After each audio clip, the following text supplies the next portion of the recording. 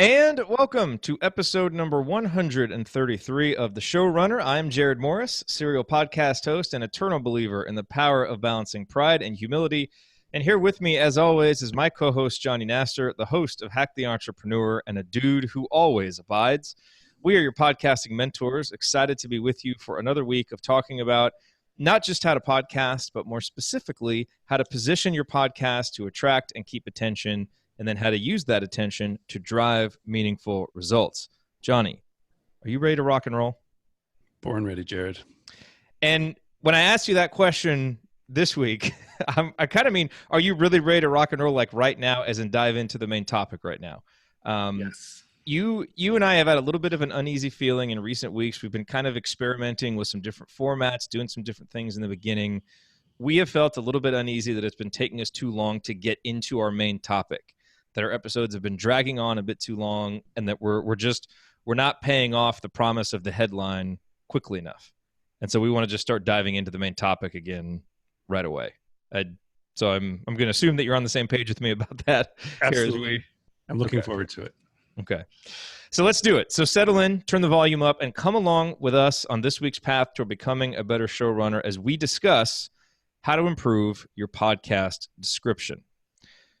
So I want to begin this episode by giving a hat tip to Susanna Perkins, who is a member of the Showrunner podcasting community. And a few weeks back, she posted a link to an article in Forbes. She posted this link in the community to this article from Forbes called "The Template You Need to Write Your Podcast Show Description." Now, this is written by Molly Beck, the founder of Messy.fm. And this post by Susanna, I thought, really spurred some good discussion about podcast descriptions, definitely got me thinking about it. It inspired this week's accountability challenge inside of the community. So this is something that we've been talking about inside of the community, that we've been thinking about. And so we wanted to bring it here on this episode and explore the idea a little bit more.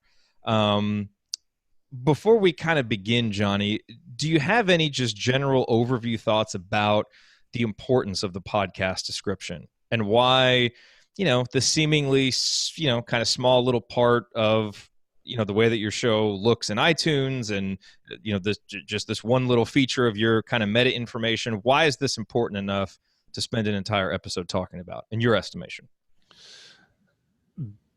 Because just in Apple Podcasts in general, there's over 500,000 podcasts you're competing with. And then also, as we have discussed previously, you're not even just competing with those people, you're competing with everything else, trying to grab people's attention.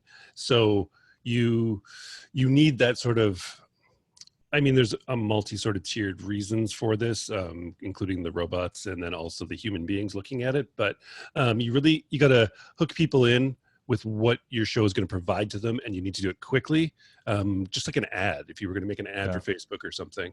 And so I think thinking of it like that really sort of, I think, gives it the importance that it deserves. And so it's not just, well, my show is about this, which I think it could have been back 4 or 5 years ago when we started on iTunes, but it's not like that anymore. Yeah, and we're going to get into this framework that Molly talks about, which I think is good, and explore some other ways. I also think that another reason why this is important, and all the reasons that you spoke about are certainly true, but I also think that the process of thinking about and writing your podcast description and refining it and improving it and kind of going through these essential elements of a podcast description that we're going to talk about, like, okay, who is this for? What is the main thing people are going to get? When I really drill this down into its most basic, essence, what is this show about? It really forces you to, I think, figure out how intimately you understand your own show. And sometimes that can actually be a little bit scary because it's like, well, it's kind of hard to write this description. And we certainly want this episode to help make that easier. But I think it really forces you to confront just how deeply you understand the specific positioning of your show. And that's a good thing. It's a necessary thing because it's something that you really need to understand if you're going to succeed in this now very, very crowded, I was about to say overcrowded, but I won't say overcrowded, but this very, very crowded marketplace for podcasts. And so that's why this is important. So let's dive in here to some important elements of the podcast description. So, we'll kind of use this Forbes article from Molly Beck as a jumping off point. So she says that a podcast description has 3 objectives: be explanatory, be search friendly, and be succinct. So let's start there, Johnny. And, I'm fine with 2 of those, right? In terms of what a podcast description needs to be, search friendly, absolutely fine. Like it definitely needs to be that. And I think if in the normal course of describing your show, it doesn't naturally lead you to include some common search terms, you're probably in a little bit of trouble somewhere. You want to be strategic and make sure that they're in there, but that's certainly something that a podcast description should do. It should be search friendly. And I agree that it should be succinct. You don't want to go on forever. You can't write a book about your podcast description. This needs to be, in a sense, like your elevator pitch for why someone should be listening to your show. You want to try and boil it down to its essence. So I'm fine with those two those 2 elements: be search friendly and be succinct. But when she says it needs to be explanatory, I think we've got to drill down more into that, because that's a big, broad phrase, be explanatory. Well, be explanatory of what? And I think that there are a few really important elements that you've got to make sure that you're going to be explanatory of. And I'm not necessarily saying that you have to do all of these, and I'll give you some examples of some different shows that do these well. But the ones that came to mind for me of things that you need to think about explaining with your podcast description: your positioning, your audience, your authority. Why should people pay attention to you? The elements of usefulness that your show is going to have, so people kind of understand the tone and what they're getting into, the transformation you're promising. And, kind of an optional element would be your schedule, just letting people know when they can expect episodes. Before we get into some examples of each one of those to just illustrate them a little bit further, what other ideas, Johnny, do you have of things that you should be thinking about explaining in your podcast description? For explaining? Yeah. Like, what should your podcast description be explanatory of? Is there anything that I've left out there? Because it's not to say that it needs to explain all of those things. It's going to kind of depend on your show and your context and your audience, what you focus on. But I just want to make sure that we're at least covering the basis for what people should consider as they're thinking about their podcast description. So with positioning, audience, usefulness, transformation, to me, that could be summarized as who is it for and what will it do for them? Mm-hmm. I think if you cover that, and like if somebody can read it and be like, wow, this is cool, and oh wow, this is perfectly for me. If you can nail that in a sentence or 2, I think you're good to go. But I think you have to explain that includes that sort of transformation. That includes who the audience is, knowing it includes your positioning within the marketplace, all those things. But if you do it right, I think it should say who it's for and what it'll do for them. Yeah, and I was kind of looking around to see some other advice that people have given on this topic, and one podcast episode that I came across was by the Podcast Dude, and this was their 66th episode, which was titled "How to Write a Better Podcast Description That Attracts New Listeners," and that some of what they talk about is what you just said. Your podcast description is your chance to tell people what's in it for them. Your description is there to let people know that you have what they're looking for. Your description should resonate with the listener and give them a glimpse of the person they're going to become after listening. And really, as I read Molly's Forbes articles, and of course, we'll link to all these articles in the show notes, that's kind of what I felt was missing a little bit, because I really, I like the description. I like the 3-sentence structure that she talks about, but I thought that was what was missing. And you really hit it on the head. Who is this for and what's in it for them? And you really need to be able to answer those questions, do it in a succinct way, and that will really allow your podcast description to do the heavy lifting that you need it to do. So I want to run through just a few examples of these that I found of some different podcast descriptions and how they get into explaining some of this stuff. So, one of the ones I looked at was Hack the Entrepreneur. Hack the Entrepreneur is and I'm not going to read the entire description, just take me a piece from it. What'd you say? Don't, because I've taken you up on this challenge for the week that you posted, and I haven't actually done it yet. Yes, but even just with what you have, though, because okay. I think the first line of the description that you currently have actually does a nice job of kind of getting at the positioning for your show. Hack the Entrepreneur is a podcast for entrepreneurs looking to develop their success mindset. So, who is this for? What are they going to get out of it? Well, it's for entrepreneurs. And what they're going to get out of it is developing their success mindset. So I'm sure that you can improve upon that. But I thought your first sentence was really good. Like right there, I can look. And if I'm not an entrepreneur, I'm probably going to say, maybe this isn't for me. But if I am an entrepreneur, now I'm going to say, okay, so this show is for me. Let's see, develop their success mindset. Is that something I'm interested in? Cool. I can either say I'm in or I'm out, but at least I know what's there. So I think that's a pretty good first sentence. I couldn't even remember what that was. It's been so long since I revisited it, but I've been planning to do it later this week. Yeah, you passed the test there. Another one, this is from Fizzle. Weekly insights for online business builders and small business owners earning a living doing something they care about. So there again, it kind of highlights the audience. So who is this show for? And as they get into the rest of their podcast description, they talk about some of that, but that is really an example of highlighting the audience that your show is for. I think, something else that you really want to consider is, and we'll kind of list these at the end, in terms of what the essential elements are.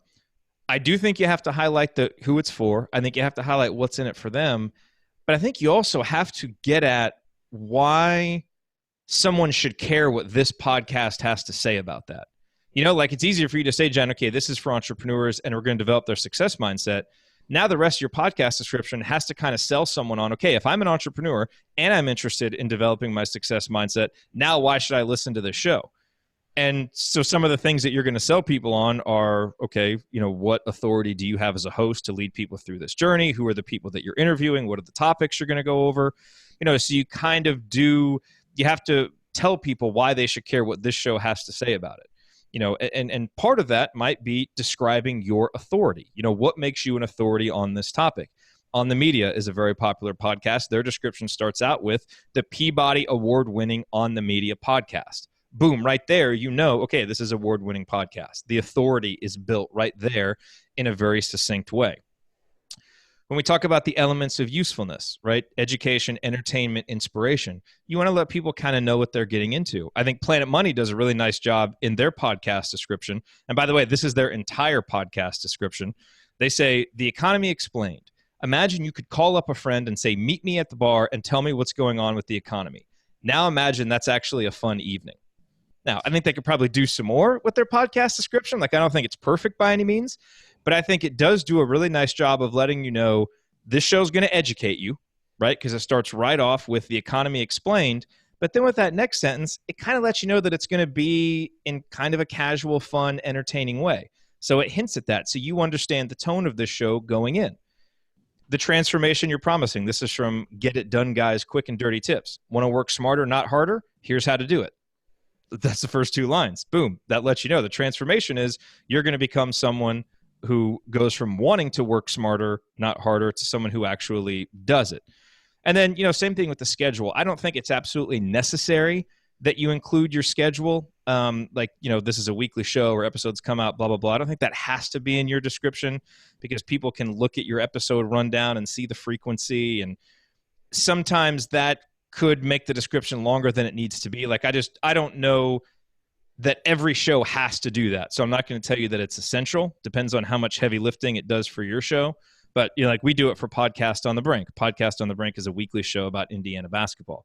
So you kind of decide if that's what you want. But I think, this idea of, being explanatory, those are some examples of how to do that. And I think, again, you've got to look at this within the context of your show and your audience and your topic and what you bring to the table. What are the things that you need to highlight to really get across that idea of who is this for, what's in it for them, and why should someone care about it or think that they can get it from this podcast? So I just want to bring some of those examples so you see how some other successful shows out there are doing. Did any of those jump out at you as being particularly good or bad? Are there any other, Johnny, podcast descriptions that you've seen that have jumped out at you as being good examples to share? The best one, well, the one that I liked the most out of the list you had was Planet Money. I like the idea of going contrary to what most people do because it does help you stand out. And as much as I used to think this way years ago when I wrote mine, was that you should use up every single character you can possibly use up in the Apple section because it provides the robots more context of what your show is about. But nobody's going to read that on their phone when they're looking, but they would read a sentence or two. And then, so I liked the shortness of it because it was different, but then at the same time, I think that you should think of it as writing a mini article about your show. You should not bury the lead. The first sentence should catch me. It should make me want to read more because I know this is for me. Yeah. I think if you bury that, then that was sort of the issue I had with the Forbes article, was that first one, start with something they believe is true. It's like, it's not benefit driven enough for me to, like, I wouldn't start a blog post like that. I would start it with a lead, with something that grabs you and makes you want to read further. Because if it doesn't do that, then there's no point to even writing more sentences, except for the robots at that point. So I really like the idea of thinking of it as a mini article, like super mini, that's trying to hook somebody and get them to listen to your show for the first time. So here's what I would say about that Forbes article. And actually, I'm going to say what I have to say about the Forbes article after we talk real quick about Hover, because we do need to talk about Hover, Johnny, our sponsor for this episode of the Showrunner. And look, Hover, to me, it's now my new go-to place for buying domains, because I've had such a great experience just with the user interface, finding the domains that I need, having an issue where I bought a domain that I didn't need and they allowed me to cancel the order and they took care of everything for me and refunded it. It was so easy. I'm going to be doing some domain transfers over to them, and they really make that process easy. And that to me is so important, because the process of buying domains, like, I guess the words that I would typically associate with it would be annoying, cluttered, difficult. Like, you could, those are kind of the words that I associate with it. And with Hover, everything is just kind of like clean and simple. And I wouldn't necessarily say fun, but it's comfortable, like it's just a different experience. And you can even see that. Just look at the design of their website. Like, it's one of those places where, like, the design of their website is like really clean and well done. And that is actually a great, like, symbol metaphor for how the entire process is of working with them. So I've really enjoyed it. And it's one of the reasons why I'm so excited to talk about them here on the show. Johnny, what has stood out to you about Hover since you started using them and since they started sponsoring the show? I was actually trying to get my head around what made it so, like, good to use, or so, like, not like other domain companies to use. And I was thinking of, like, sort of the UI and how simple it is, but I think what it comes to actually is just it's the only, and I really like that. I really like that. Typically, it's an add-on service to hosting and to email, like, to a whole bunch of things. Like, oh, we should also sell domains. Why not? Like, and to me, I love that Hover, like, it's like, let's do one thing and let's do it really, really, really well. And so to me, that is what does it for me. And because you only have to deal with the domain once every year or 3 years, I love that this is what we do, and we're going to make it secure. We're going to make it fast. We're going to do all that for you. Yeah, and if you take action on this now, we've actually worked out a deal for you with Hover. Go to hover.com/showrunner, get started today, and you will get 10% off of your first purchase. So again, there's no upsells. It's a clean and easy user interface. They have the best-in-class customer support team, which I can personally vouch for. They're awesome. And, of course, you help out the Showrunner too. So get 10% off of your first purchase today at hover.com/showrunner. So let me describe this quick framework from this Forbes article, and then I'll kind of tell you how I think we should view this and how folks listening to this should view this. So she goes through and she gives you basically a template for how to write a better podcast description. So sentence 1, start with a statement that your listeners already believe is true. Okay, so, and she's got this example from the Side Hustle podcast, and so I'll just use that as the example. So sentence 1 for that would be, it's hard to balance a full-time job with passion projects. Okay, I think we all agree that, everyone would look at that and think that it's true. Sentence 2, tell listeners what they can expect to hear each time they hit play on your episode. So the second sentence from this Side Hustle podcast description, each Tuesday, join Molly Beck, a longtime member of the Side Hustle generation, as she interviews guests who are managing their own entrepreneurial venture on top of their day jobs. And then sentence 3, who is this show for? So if you have a side hustle, want to start a passion project, or just want to hear some great career advice, this is a podcast for you. And you put that all together, that is a really solid podcast description. It certainly answers, who is this for? It gives you a hint of what you're going to get out of it. It's succinct. It does the three things that she says that a podcast description should do: be explanatory, be search friendly, and be succinct. And so we offer this up because I think it's a great starting point for revising your podcast description. Because sometimes, you just say revise your podcast description, and it can be easy to not know where to start. I feel like that sometimes, and I've done podcast descriptions a ton. But when you have a framework to go from, it's like, okay, boom, sentence 1, sentence 2, sentence 3. I did this for my own show. I felt infinitely better about my podcast description as soon as I did it, and I went and changed it. An interesting thing has happened since I did that, though, and since I've kind of sought out other advice on this and explored the topic in my own mind. I figured out some things I'd like to do better and seen some examples like the one of Planet Money where it's like, wow, they kind of blow it totally out of the water. What could I really do that's different now?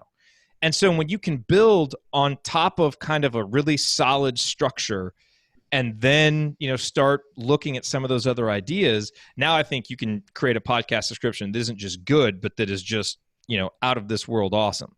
But I think this structure will, no matter where you are, help you create a podcast description that is solid and good. And so that's how I want to present that is if you haven't looked at your podcast description in a while, if you fear it at all and just aren't sure like what is a good one, use that structure, write it out, and you'll probably come up with something better than what you have right now. But that doesn't mean that that's the end point. There are still ways where you can kind of go further and make it even better. So that's kind of how I want to present that. Like, I don't want to say it's the be all end all and the greatest advice on podcast descriptions ever. But I do really appreciate that she presented this really simple 3-sentence structure that within 10 minutes, you can already come up with a better podcast description. Yeah, I don't think you could follow those 3 sentences, execute on it fairly well, even at like 80%, and end up with a worse description than you have now. I couldn't. I know that. Yeah. So it's definitely something I'm going to be doing again by the end of the week because I love the framework. I love frameworks in general. Yeah. So let me throw this at you because this is something I was doing just before we went on here and started recording.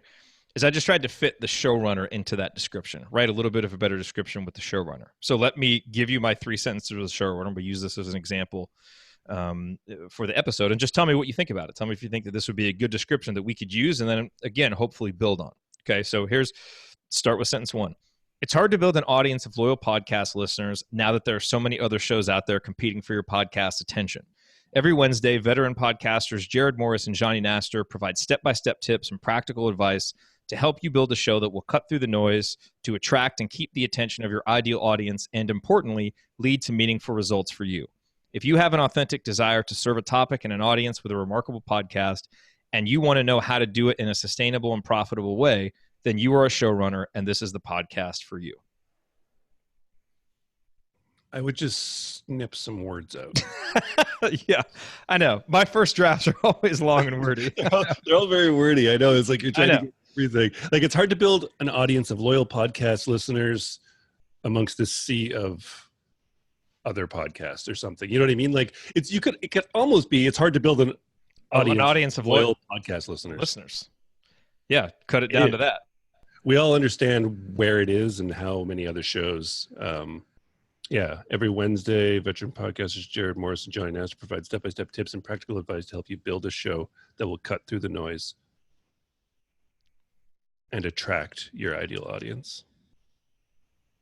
Yeah, there's some words in there that could come out, but yeah, the second and third sentence are they are quite good. It was that first one that really, because it's the lead, I feel like it needs to just be like, boom. It's like you can be scrolling through almost and read it, like, and be like, oh, and then go back, like, what was that? Yeah. Yeah, it's hard to build an audience of loyal podcast listeners because the truth is, the qualifier after that, there's actually 50 other reasons why it's hard to build. It's not just because there's more podcasts. Like, there's a lot of other reasons out there. So that's a good point. And again, that's the thing about this framework.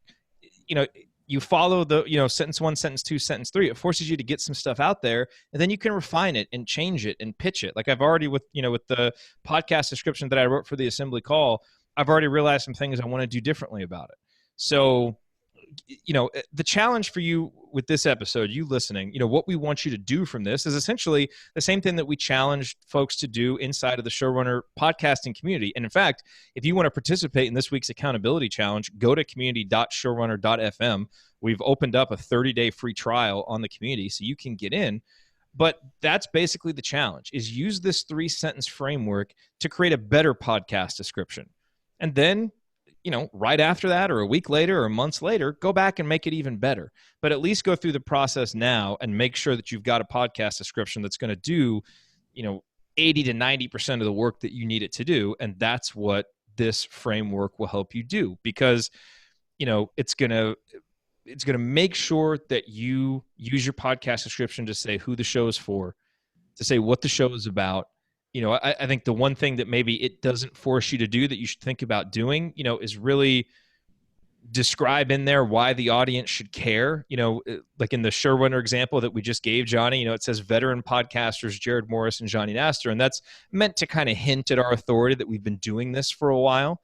And there might even be something more in there that would be worth explaining, to let people know why they should really pay attention to us, for this show.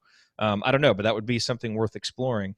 But I think if you get those key elements, what is the show about? Who is it for? Why should the audience care? You're going to have a podcast description that's going to do the work that you need it to do. Any other, Johnny, final thoughts on podcast descriptions or action items that you think people can do to ensure that they have a better podcast description?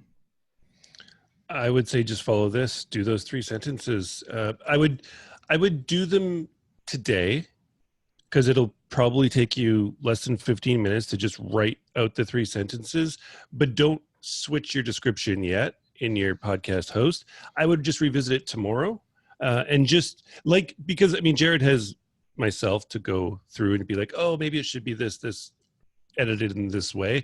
So if you revisit it yourself tomorrow with fresh eyes, it might be like, oh, actually this is better, this is better, this is better. Now to me, you're good to go. Now you should start there. And that, of course, can evolve from there. But to me, that's the best way. If you have a co-host, then by all means, you can speed that up and just send it over to her and she'll just give you the feedback right away. But if you don't, then I do this with articles. Like I write it and then I revisit it a day later with fresh eyes. And it's like, whoa, that needs to change. So that's how I would suggest doing it, and then go from there. Yeah, absolutely. Absolutely. And again, we will put the links to the Forbes article if you want to read it further, and to this episode of the podcast, Dude, in the show notes. And you can always find the show notes at showrunner.fm. So if you want those links, they will be there. Johnny, can I share, before we close up here, can I share a fun little bit of news with you? Yeah, please. So I've been doing these morning kind of news briefings for the assembly call, these IU basketball news briefings. And we've been doing them for, I guess, maybe 5-6 weeks now. And we got our first radio station to start playing them. Whoa. Yeah. They've carved out like a little kind of 3-minute spot, within a show where typically they would run ads, and they're just fitting them in right there. Do they have to be exactly 3 minutes? Yeah. So that's the thing and I knew that this would eventually happen. When I started it, I didn't want to give myself a whole lot of constraints, because I just wanted to do it and see if I could even just do it 4 days a week. But I kind of knew that if it was ever going to get on the radio, that would have to happen. And so when I was, talking with the program director, that came up pretty quickly, because they've got to know. They've got to know exactly how long it's going to be so they can schedule around it. They can't, have a 7-minute one day and then a 2-minute one the next day. So he said, yeah, 3 minutes. And so it's been a little bit of a challenge to make sure that I get it down to 3 minutes every single time.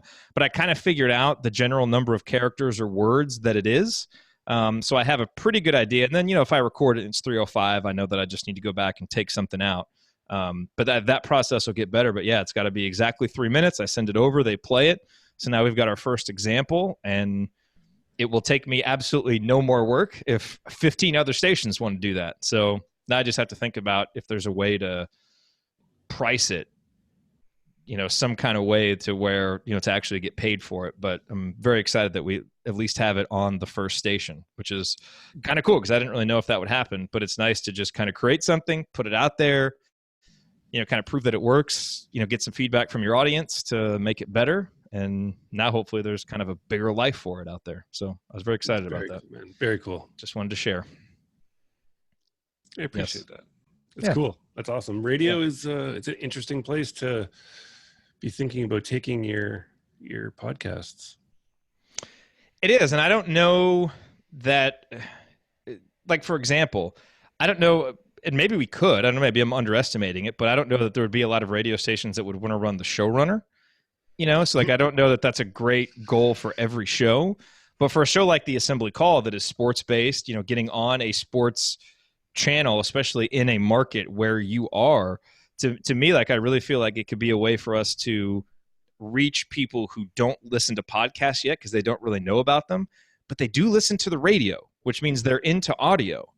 And so if you can, as they become more aware of podcasts, even if I can use my time to educate them a little bit more, use better calls to action on how to consume, a podcast, maybe we can bring some new people into our audience, which is the hope. So I do want to get paid for this content. Like, I'm kind of done. We've got 2 stations that have tested it out. I'm cool with that.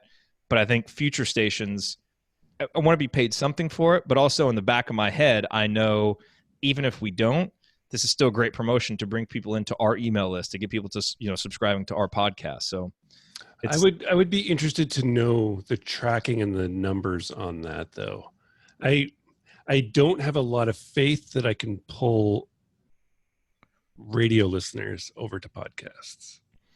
Well, I think you would have to have something different for them than just your podcast episodes, right? So, like, if people listen to the radio, they may not be that compelled by, hey, come subscribe to our podcast. Now, maybe they would be because, they can get it on demand. I guess that would be the pull. But I think you would want to have something extra. Like, if you have a video portion where they could watch a video and there's unedited stuff, that doesn't make it into the radio edit. Or more likely, subscribing to the email list to get additional content, or to get this download, or to get this supplemental thing.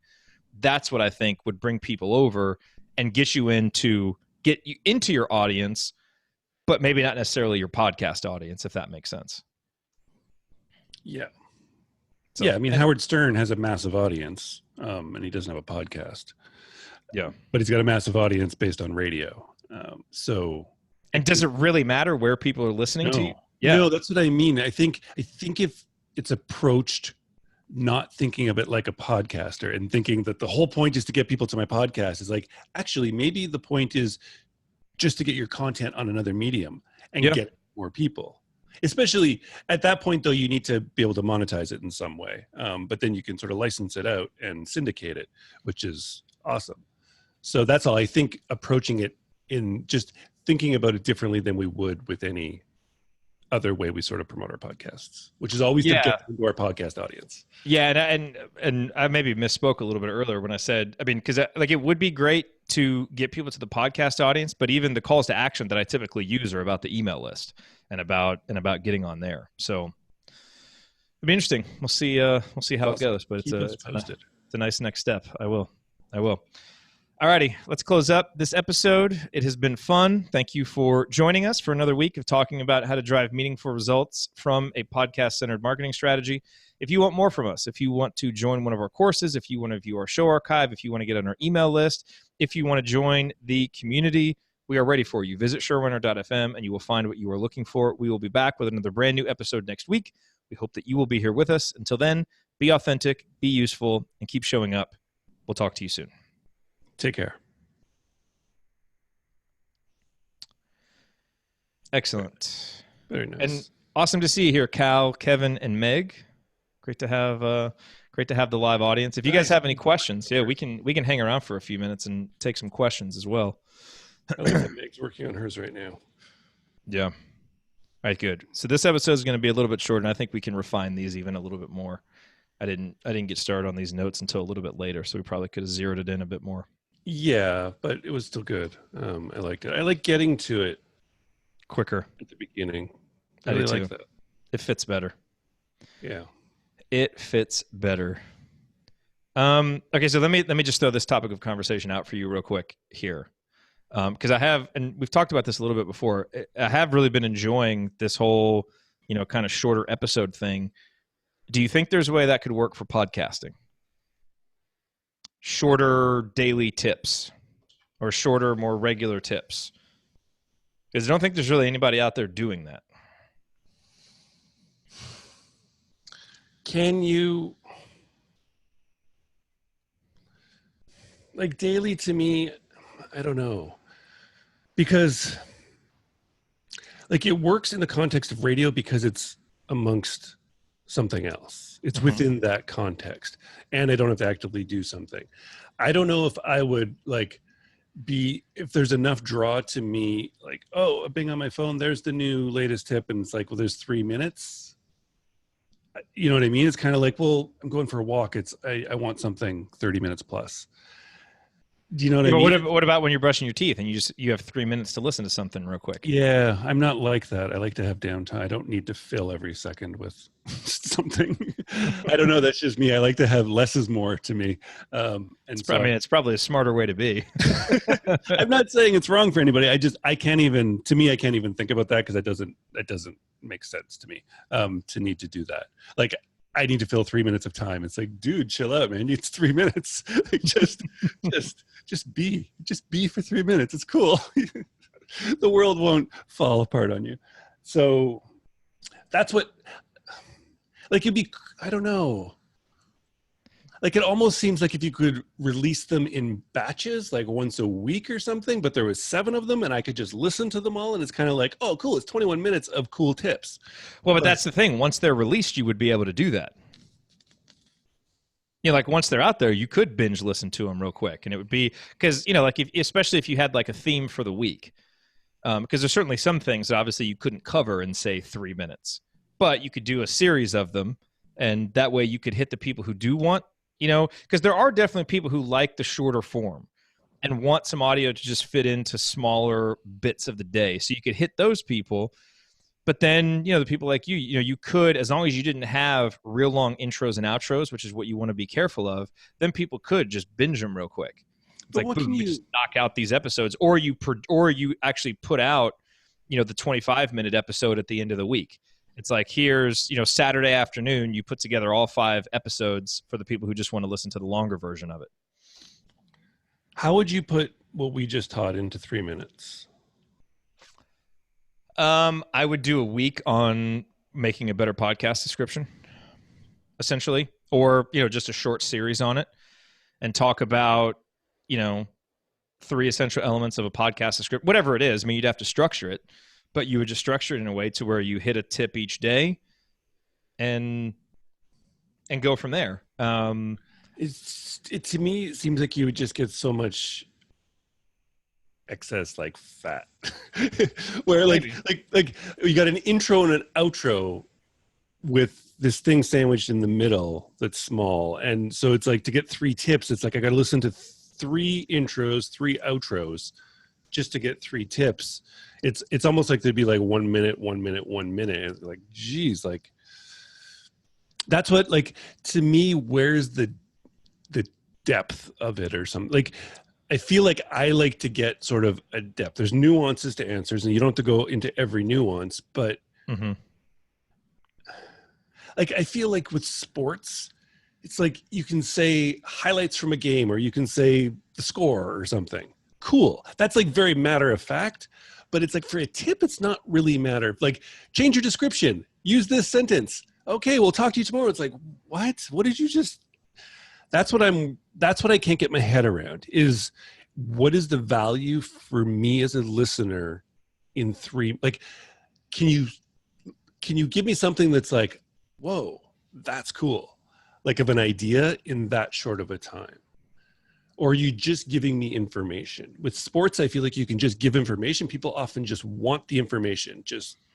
Well, maybe a show like this would work better for something like, maybe rather than right? Like, okay, you just asked about, how would you do this topic that we did today? I can't come up with a great way to do that. I think today's topic is better for a 25, 30-minute podcast episode. But maybe when Google Podcasts is announced, you can do a 3-minute episode on Google Podcasts was announced, what it is, where you need to go to check your show. So maybe it would be more news, announcement, those kinds of actions, maybe less than tips. Okay. And then there might be some things where, there are things that you could do tips. You'd have to figure out the right thing to where you could do a series of short tips, because not everything would lend itself to that. If I was doing it, then I would think of it really in the terms of radio, and I would not do a custom intro and outro at all for any of them. Yeah. Literally have like a 10-second bumper or whatever at the beginning, intro music quickly says what it is, like, welcome to this. And then at the end, and if you want more from us, go here. Yeah. And you just like, so that it's not like sometimes you're like, well, you going on. It's like, dude, just get to the tip. No. You can't go on and on with this stuff. You got to get right into it. There's no question, especially if it's something that's short. Yeah, you would have to get right into it. Anyway, I'm not saying that we should do this. Right, and I'm not saying that we shouldn't. I'm not saying that it wouldn't work. That's just what I'm trying to get my head around, is as a listener, why would I listen to something? Okay, you would listen to it if you're getting, for a podcaster, I would say, if you're getting actionable value out of it in this short time period that you can fit into your morning or into a short little spot in your day. Right. Now, doing it at 3 minutes, that, part B of that, you would be able to do that. The key, of course, is, okay, what's going to give someone actionable value? So I think, there are news and announcements in the podcasting space that, you could keep people abreast of. That would certainly be one thing that you could do with it.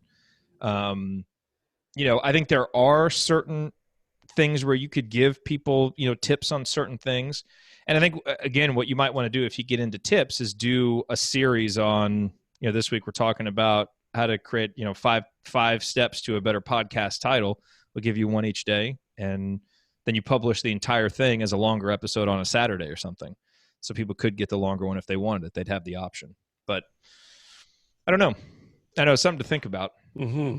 Because there's not really, I don't, maybe there is. If you know of someone who's doing it, let me know. But I don't really think there's anybody out there doing that. So, for any people who are podcasters and want to get better, who would like a kind of a shorter thing, all they've got to choose from are longer podcast episodes that, which is great, because I think most topics should be dealt with in that way. But maybe there are some topics that would be dealt okay in this way. I don't know. There's the 5-minute marketing podcast. Seems to do okay. Yeah. Their last episodes are 6 minutes, 10 minutes, 12, 13, 12, 15, 12, 17, 17, 20, 9. Yeah, so he's 5-minute marketing. Yeah. I mean, there isn't one 5-minute episode. Yeah. So probably need to stop using that as a good example of positioning. I mean, actually, it's a good example of positioning. It's just a terrible example of follow through. Right. I was just hoping that would give us a context of like, so it does work like this, but he's not doing 5-minute episodes at all. Mm-hmm. So it could have almost been called anything. Yeah. And you might need to go 5 minutes, like doing 3 minutes might not be the right way. Who knows? So it's interesting. Yes. Something to ponder. Yes. All right. I'll go get this episode ready to go, and then we'll talk on Slack. Awesome. Cool. All right, everybody. Thanks for being here. See you next week. Thanks, Kevin.